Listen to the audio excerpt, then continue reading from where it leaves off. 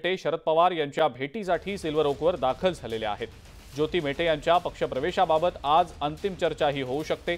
शरद पवार यांच्या राष्ट्रवादीतून बीड लोकसभा मतदारसंघातून लढण्यासाठी ज्योती मेटे या इच्छुक आहेत।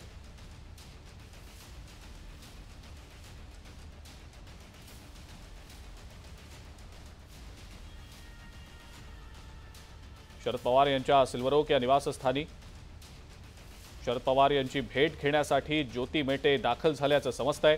अधिक अपडेट या संदर्भातली आपण जाणून घेणार आहोत। प्रणाली कापसे आपल्या प्रतिनिधी आपल्या सोबत आहेत सध्या। प्रणाली, ज्योती मेटे या खरं तर बीडमधनं लढण्यासाठी इच्छुक आहेत। शरद पवार यांच्या भेटीसाठी ते आता दाखल झाल्याचं समजतंय। आज कदाचित त्यांचा पक्षप्रवेश देखील होऊ शकतो अशी माहिती मिळते। प्रणाली, काय अपडेट?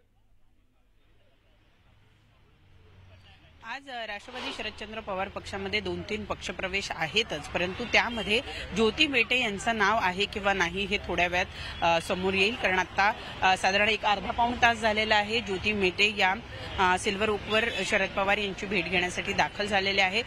थोड्या वेळातच जयंत पाटील प्रदेशाध्यक्ष राष्ट्रवादी शरदचंद्र पवार पक्ष हे सुद्धा सिल्वर ओकवर येणार आहे अशी माहिती मिळते आणि त्यामुळे आज नेमका ज्योती मेटे यांचा पक्षप्रवेश होतो का हे बघणं महत्त्वाचं ठरणार आहे। परंतु राष्ट्रवादी शरदचंद्र पवार पक्षाकडे बीड मधून लढण्यासाठी बजरंग सोनवणे हे सुद्धा एक महत्त्वाचे उमेदवार म्हणून पुढे येऊ शकतात। त्यांनी सुद्धा राष्ट्रवादी शरदचंद्र पवार पक्षामध्ये प्रवेश केलेला आहे। खरं तर ते धनंजय मुंडे यांच्या खूप निकटवर्तीय होते असं मानलं जातं, परंतु आता मध्यंतरी राष्ट्रवादीची जी काही 2 शकलं झाली आहे त्यानंतर बजरंग सोनवणे हे या ठिकाणून राष्ट्रवादी शरदचंद्र पवार पक्षामध्ये उमेदवारी मिळवण्यासाठी इच्छुक झालेले आहे। मध्यंतरी त्यांनी 2-3 भेटीगाठी सुद्धा शरद पवार यांच्या स्वतः घेतलेल्या आहे। आता ज्योती मेटे की बजरंग सोनवणे यांच्यापैकी नेमकी कोणाला उमेदवारी मिळते हे बघणं महत्त्वाचं ठरणार आहे।